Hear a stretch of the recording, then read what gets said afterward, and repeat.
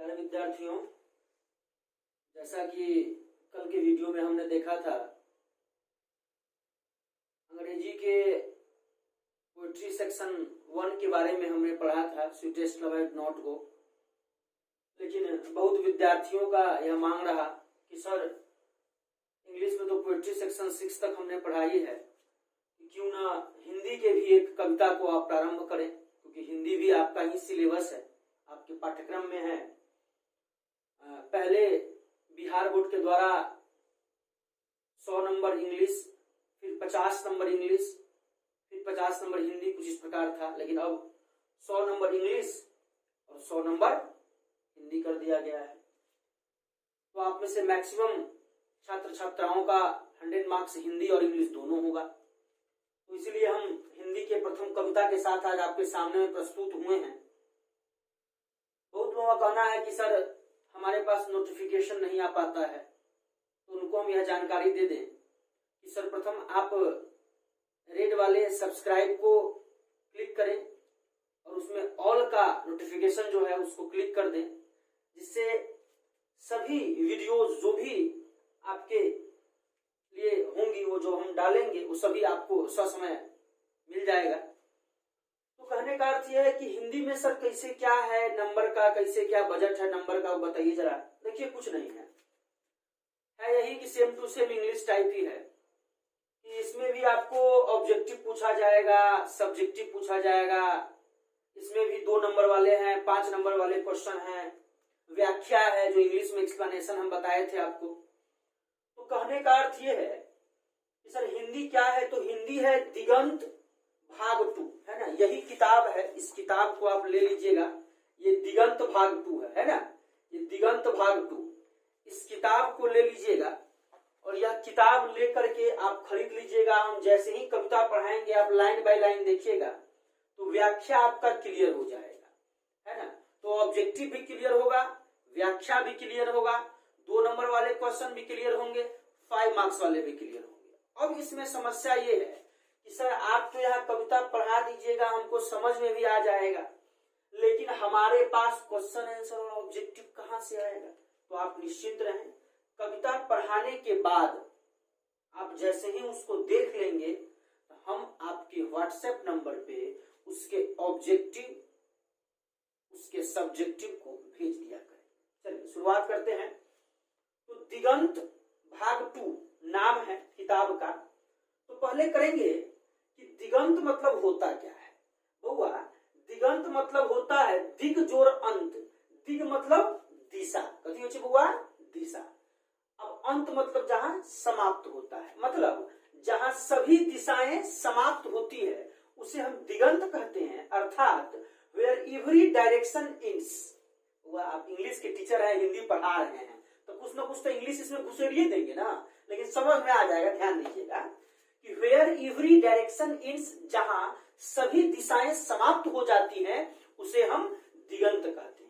अब कहने का अर्थ यह है कि सर कविता क्यों शुरू किए हैं। कविता जो है आसान होगा पढ़ने में आपको, और कविता एक बार पढ़ा देंगे तो अपना घर पर बैठ करके अब व्याख्या करते रहिएगा, है ना। वीडियो देख देख करके व्याख्या करते रहिएगा, है ना, और व्याख्या करते रहिएगा तो 4 नंबर का कंप्लीट हो जाएगा। कहानी में क्या है कि एक सिलसिलेवार ढंग से हम पढ़ाएंगे और आप उसको याद कर लीजिएगा ऑब्जेक्टिव को। चलिए, तो पहला कविता आपका है कड़बक, है ना। और दूसरी बात ये कि अंग्रेजी में भी 10 कविता है, उसके कवि के नाम को आप याद कीजिएगा। तो कवि के नाम का वीडियो भी हम एक दिन लेकर के आएंगे, आप लोगों को शॉर्ट में बना देंगे और सब बोल बोल के याद करवा देंगे। आप लोग जुड़े रहिएगा हमसे। और हिंदी में भी, है ना, कवि का जो है नाम जो है स्टार्टिंग में ही दिया गया है। तो स्टार्टिंग में जो दिया गया है, यहाँ जब आप पेज पलटिएगा, है ना, तो स्टार्टिंग में ही जो है देखिए यहाँ पे, है ना, अनुक्रमणी में गद्य खंड और काव्य खंड, तो नीचे है कविता और ऊपर है कहानी। तो कविता के सभी कवि का नाम जो है आप याद कर लीजिएगा, परीक्षा में पूछा जाता है। तो कहने का अर्थ यह है कि पहला है आपका दिगंत, ये समझ में आ गया, वेयर एवरी डायरेक्शन एंड्स। अब काव्य खंड पहला कविता है आपका कड़बक। क्या है, कड़बक, जिसके जो कवि हैं वो है मलिक मोहम्मद जायसी। बउआ, कवि कौन है, मलिक मोहम्मद जायसी। अब मलिक मोहम्मद जायसी जी का जन्म 15वीं शती उत्तरार्ध अर्थात अनुमानतः क्या मतलब और 1492 ईस्वी में इनका जो है जन्म हुआ था। इनकी निधन हो गई थी 1548 ईस्वी में। और इनका निवास स्थान है ना, निवास स्थान है ना था इनका जायस। जायस एक गांव का नाम है ना। कब्र अमेठी, और अमेठी एक जिला है, हम आपको बता दें जानकारी के लिए, अमेठी एक जिला है जो कि हमारे भारत के सबसे बड़े संसदीय क्षेत्र, सबसे बड़ा राज्य है ना उत्तर प्रदेश। और उत्तर प्रदेश में अमेठी एक जिला है जहां की अभी हमारी एक मंत्री भी है भारत सरकार में, आपको याद होगा, कपड़ा मंत्री है ना, अर्थात इंग्लिश में कहेंगे हम तो टेक्सटाइल मिनिस्टर, उनका नाम है स्मृति ईरानी जी है ना। उन्होंने राहुल गांधी को वहां से हराया है। तो कहने का अर्थ है कि इनका निवास स्थान वहां था। यही मलिक मोहम्मद जायसी जी जो है वही जिला अमेठी जायस गांव के रहने वाले थे, उत्तर प्रदेश राज्य का नाम हुआ। और बउआ ये सब ऑब्जेक्टिव है, इसको याद रखिएगा। इनके पिताजी का नाम था मलिक शेख ममरेज। बोलिए, ऐसे नहीं काम चलेगा, किताब रखिए सामने में, बोलिए मलिक शेख ममरेज है ना। मलिक राजे अशरफ भी लोग जो है उनको कहते थे। कहा गया, हाँ, मलिक राजे अशरफ भी लोग उनको कहते थे। और गुरु जो थे उनके गुरु का नाम था सूफी संत शेख मोहिदी और सैयद अशरफ जहांगीर। ये सारी चीजें वन बाय वन ऑब्जेक्टिव में आपको दे दिया जाएगा।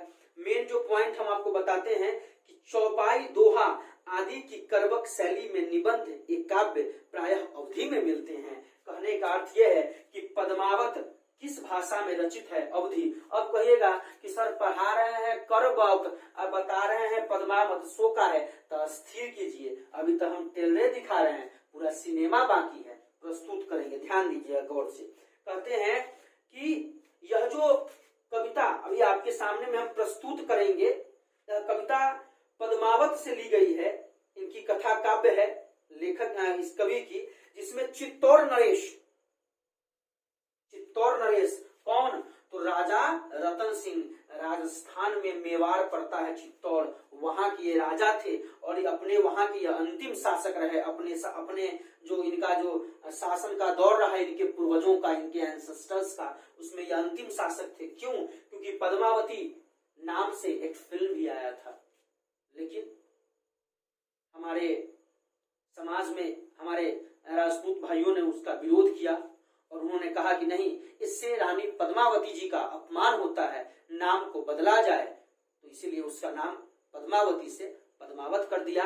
हमारे वो हीरो हैं, इनका क्या नाम है बुआ उसका, रणवीर कपूर, हाँ रणवीर सिंह जो है ना, उसमें एक नायक के रूप में है। और अभिनेत्री हैं आपकी दीपिका पादुकोण, वो अभिनेत्री हैं।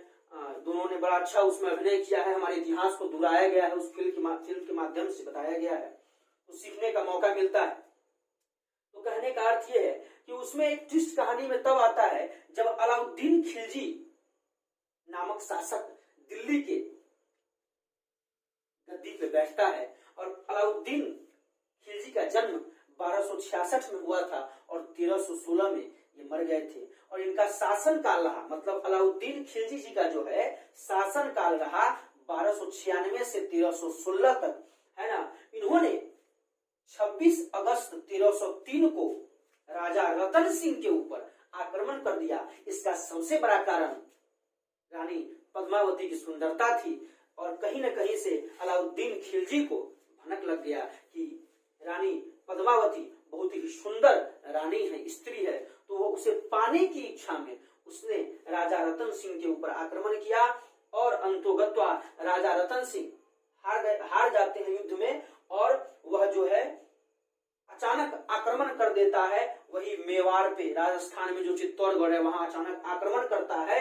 तो उसमें राजा रतन सिंह तो मारे ही जाते हैं और साथ में जो उनकी पत्नी महारानी जो है वहां पे ये पद्मावती, वो इस चीज को बर्दाश्त नहीं कर पाती है और अपने सैकड़ों दासियों के सहित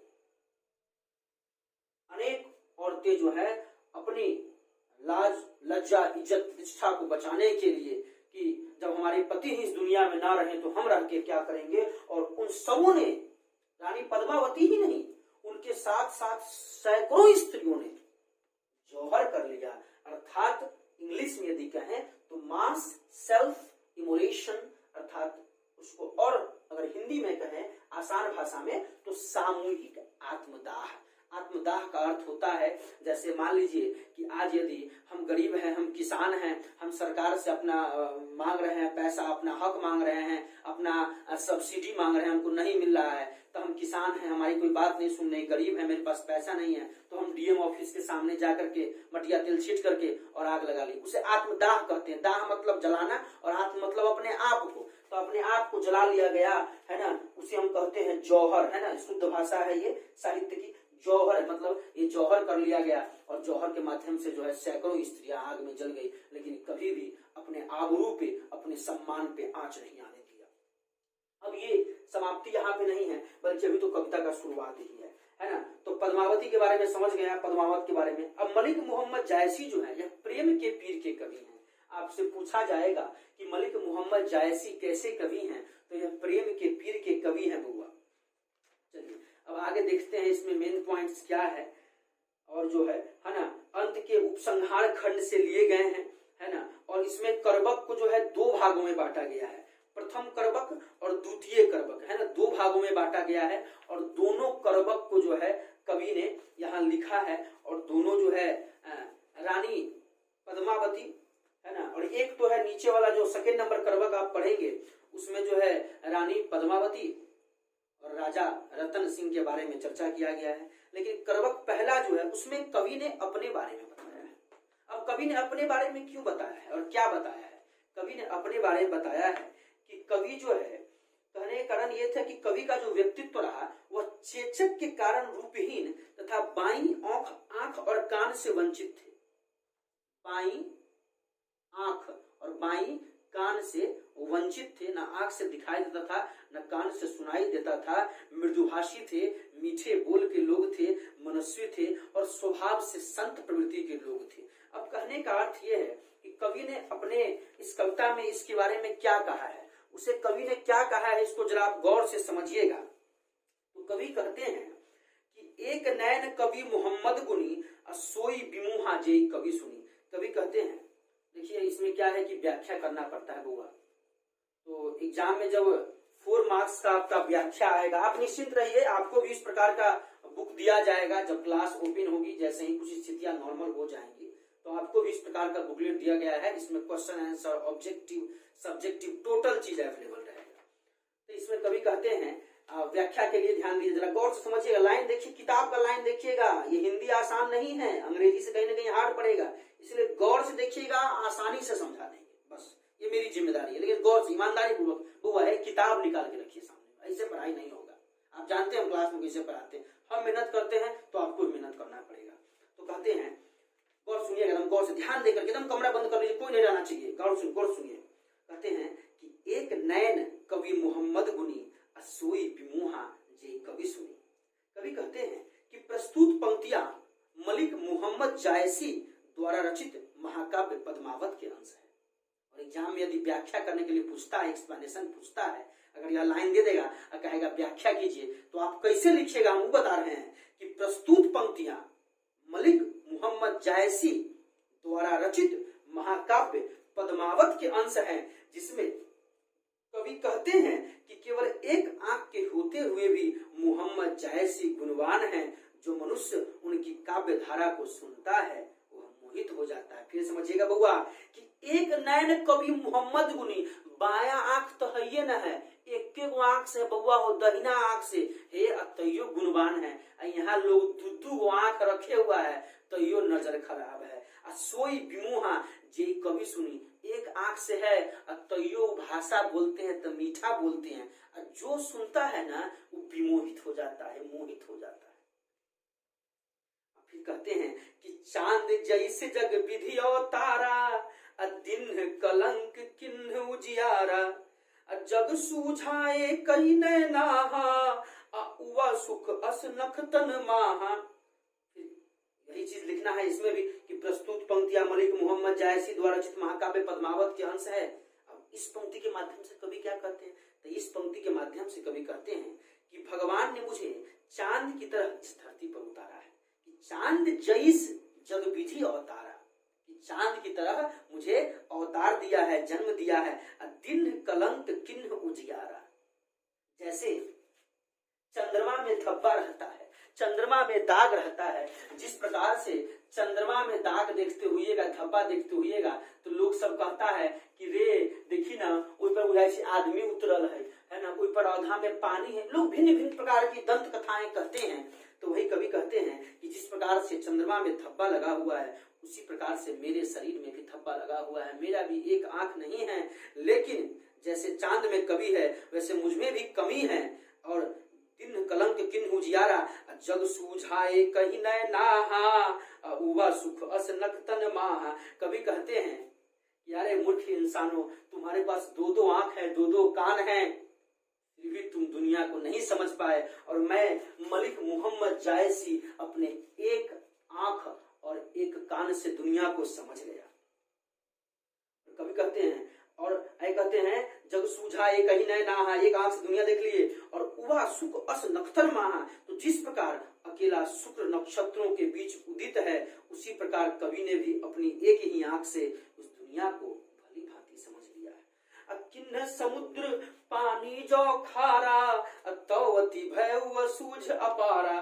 कवि कहते हैं क्या फायदा, समुंदर बन गए हो, पानी पर्याप्त है, खूब है संपत्ति तुम्हारे पास, 10 मंजिल का भवन है तुम्हारे पास, क्या फायदा जब तुम समाज के कार्य में नहीं लगे हो, जब तुमसे किसी दो गरीब गुरबे का फायदा ना हो, तो क्या फायदा 10 मंजिल की बिल्डिंग से। तो वही कवि कहते हैं, देखिए कविता को पढ़ना और उसके भावार्थ को समझना, उसमें आकाश पाताल का अंतर होता है। याद कीजिए हम आपको क्लास में बताए थे, इम्प्लाइड मीनिंग में और कंटेक्सुअल मीनिंग में अंतर होता है। एक है कि जो लिखा हुआ है उसको आप सीधा पढ़ लीजिए, एक है उसको समझिए, भाव के साथ समझिए। बउआ ध्यान दीजिएगा, और ये आपका सिलेबस है, गौर कीजिए, मजा भी आएगा। कहते हैं कि किन्ह समुद्र पानी जो खारा, तवती भय सूझ अपारा।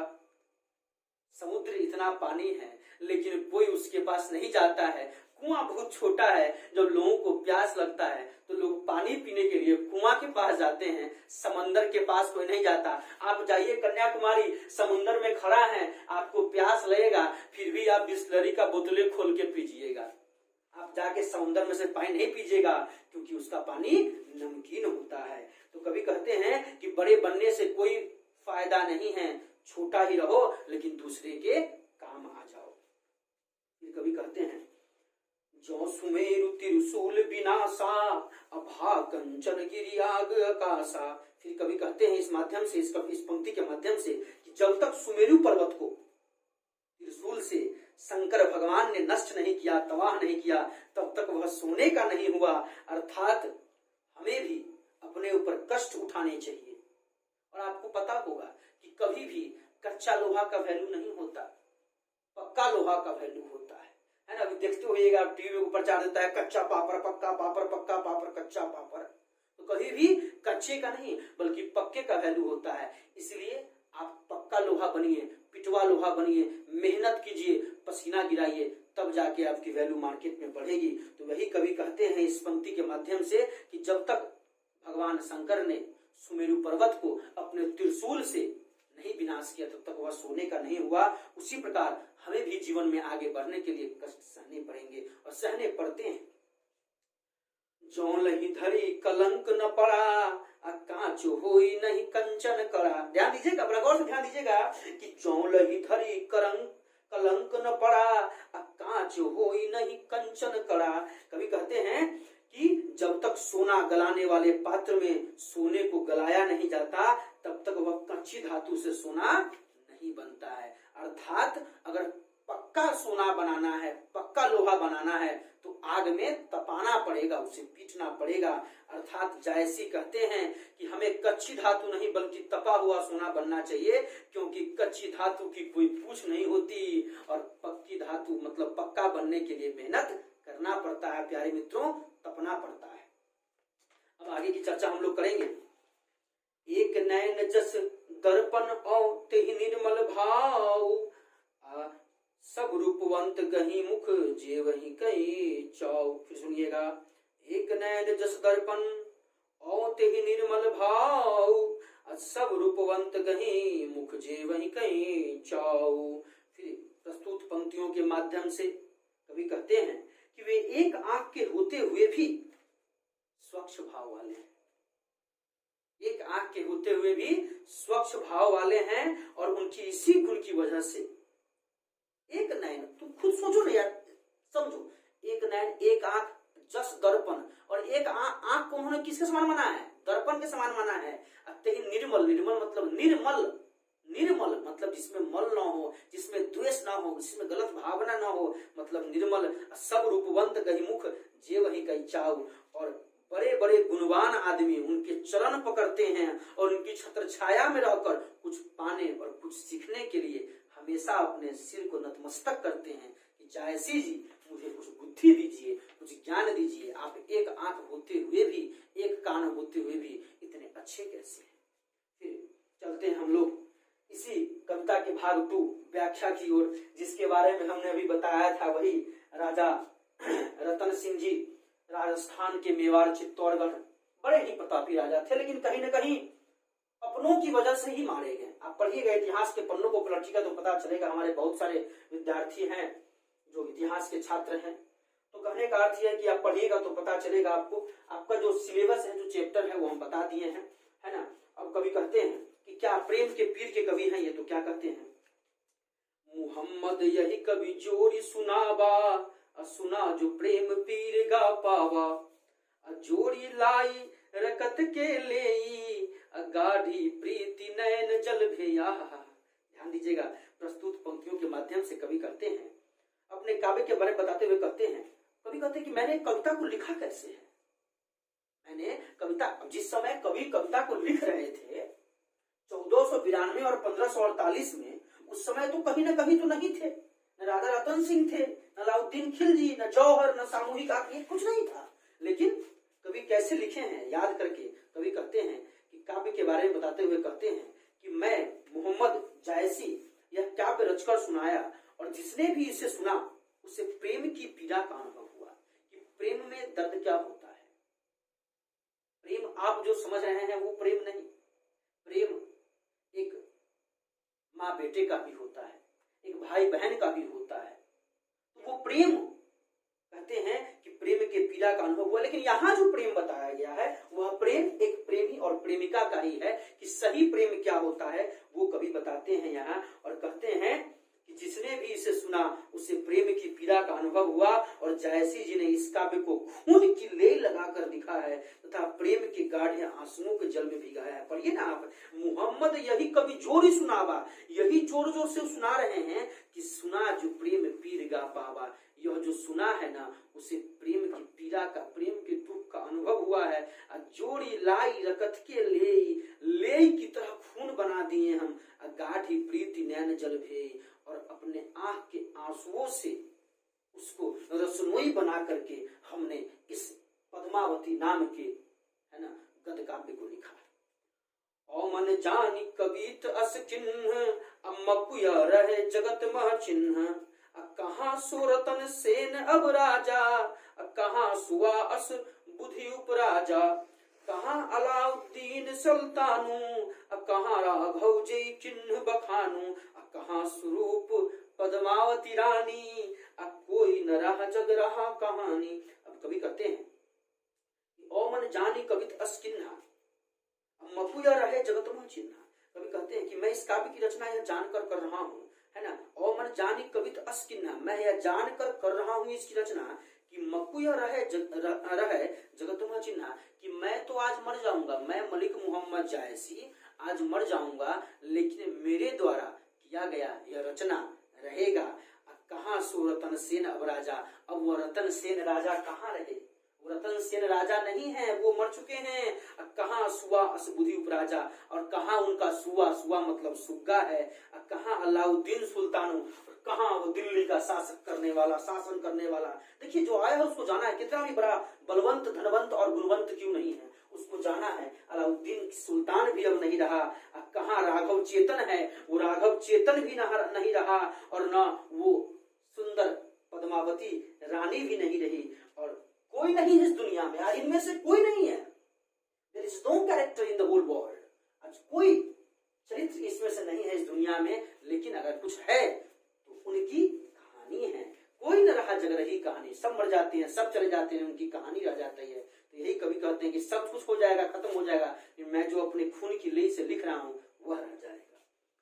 धनी सो पुरुष जस कीरति जासु, फूल मरे पे मरे न बासु। वह पुरुष धन्य है, वह पुरुष धन्य है जिसका कीर्ति इस दुनिया में रह जाता है, अर्थात जिसके द्वारा किए गए अच्छे कार्य इस दुनिया। देखते हुएगा गांव में कोई डेथ कर जाता है तो एगो होता है कि कुपात्र आदमी है तो मर गए, 2 साल भले मर गए रहता। एगो है कि कोई मर जाता है, बड़ा बढ़िया लोग रहलथिन हो के ना मर गए, बड़ा सहायता कर देते है ना। तो यही लोग कवि कहते हैं कि धनी सो पुरुष जस कीर्ति जासु, वह पुरुष धन्य हो जाता है जिसके मरने के बाद भी उसका गुणगान गाया जाता है। कैसे? जैसे फूल मरे पे मरे न बासु, फूल तो मर जाता है, फूल की समाप्ति हो जाती है, लेकिन उसका सुगंध हमेशा महकता रहता है। आप गुलाबों के फूल को, गुलाब का फूल आप लेते देते होइएगा, है ना, तो गुलाब का फूल किताब के बीच में रखते हैं तो 6 महीने के बाद खुलिएगा तो सुगंध आ जाता है, याद आ जाता है कि आहा कौन दिल रहा है ना, तो वो याद आ जाता है आपको। तो यही चीज है कि के न गजत जस बेचा, के न लिन्ह जस मोल, के न जगत जस बेचा, के न लिन्ह जस मोल, जो यह पढ़े कहानी हम सब रे दुई बोल। कवि कहते हैं कि इस संसार में यश न तो किसी ने बेचा है और न किसी ने खरीदा है। यश एक ऐसा ही चीज है जो आदमी को कमाया जाता है, खुद से अर्जित किया जाता है, बेचा है खरीदा नहीं जाता है। यह सीतामढ़ी के गुदरी में नहीं मिलेगा आपको, या आपसे अपने आप से अर्जित करना पड़ता है, अपने सम्मान से, अपने कर्मों के माध्यम से। तो कवि कहते हैं कि जो मेरे कलेजे के खून से रचित कहानी को पढ़ेगा वह हमें 2 शब्दों में कहीं न कहीं जरूर याद करेगा। प्यारे मित्रों, अगर वीडियो का टाइमिंग थोड़ा लंबा होता है तो यह आपके लिए उचित है, आपके लिए सही है। आप ध्यान दें, मेहनत करें घर पे। बाद बाकी हम लोग अगले कविता को जब हम पढ़ेंगे तो इसमें विशेष बात के बारे में चर्चा किया जाएगा। और जब आप इस कविता को पढ़ लें, यूट्यूब पे देख लें, फिर हमको मैसेज करें व्हाट्सएप पे। मेरा व्हाट्सएप नंबर है ये वाला, आपको पता होगा, 7654585304, है ना। तो आप मैसेज करें आराम से, है ना। यदि कोई दिक्कत हो तो आप मैसेज करें, हम आपको बता देंगे, है ना। चलिए, यहाँ तक यदि कोई समस्या ना हो तो आप आराम से जाएं, इसको एक बार अपने मन से भी पढ़ें। और जो हम पढ़ाए हैं तो वीडियो को 2 बार 3 बार 4 बार देख करके आराम से उसको लिख ले, व्याख्या को। ये ज्यादा दिक्कत है तो समझ करके इसके ऑब्जेक्टिव और सब्जेक्टिव आपको व्हाट्सएप पे भेज दिए जाएंगे। और जाकर के अपने मित्रों को भी बताएं, इसमें कोई पैसा नहीं लग रहा है। आप किसी को बताइएगा तीन जो पैसा आता है अकाउंट में कट जा रहा है, आप आराम से अपने मित्रों को बताइए। इससे हमें क्या होगी कि एक ऊर्जा का संचार हमारे अंदर होगा, हम आपके लिए और दुगुनी ताकत से मेहनत करेंगे।